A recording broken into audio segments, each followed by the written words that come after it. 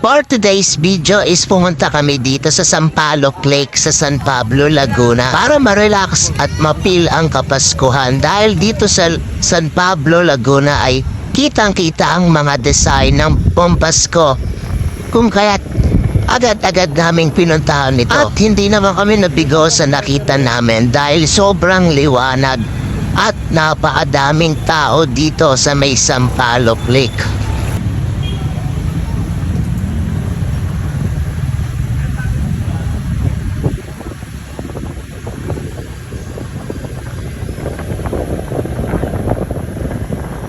Pagdating nga namin dito guys ay napakaraming tao.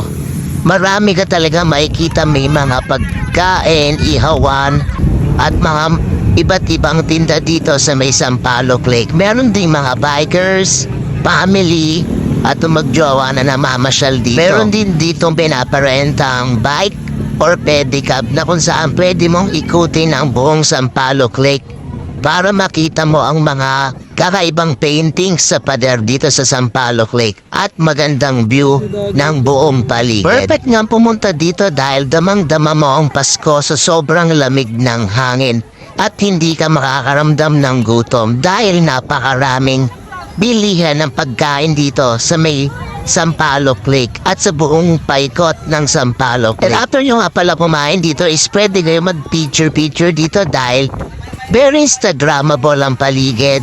Napakaganda ng mga design dito nila ng mga pailaw. At napakaraming spot para mag-relax at ma-enjoy nyo yung gabing to. Kaya kung sa inyo guys, pumunta na kayo dito, sama nyo yung mga friends and families nyo at mga mahal nyo sa buhay.